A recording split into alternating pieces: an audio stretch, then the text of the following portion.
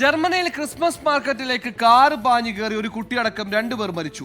68 പേർക്ക് പരിക്കേറ്റു. സംഭവത്തിൽ ഡോക്ടറായ സൗദി പൗരനെ പോലീസ് കസ്റ്റഡിയിലെടുത്തിട്ടുണ്ട്. ഭീകരാക്രമണമാണോ എന്നതിൽ സ്ഥിരീകരണം വന്നിട്ടില്ല.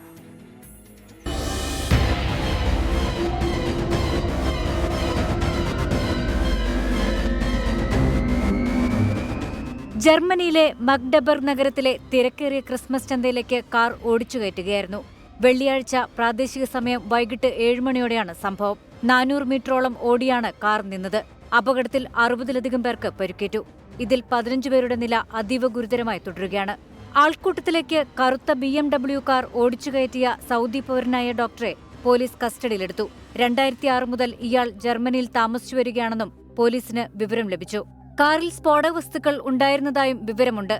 ഒരാൾ മാത്രമാണ് ആക്രമണത്തിന് പിന്നിലുള്ളതെന്നാണ് ജർമ്മൻ പോലീസിന്റെ നിഗമനം. സംഭവത്തിൽ ജർമ്മൻ ചാൻസലർ ഒലാഫ് ഷോൾസ് അനുശോചനം രേഖപ്പെടുത്തി.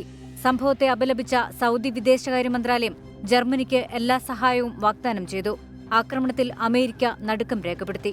International desk 24.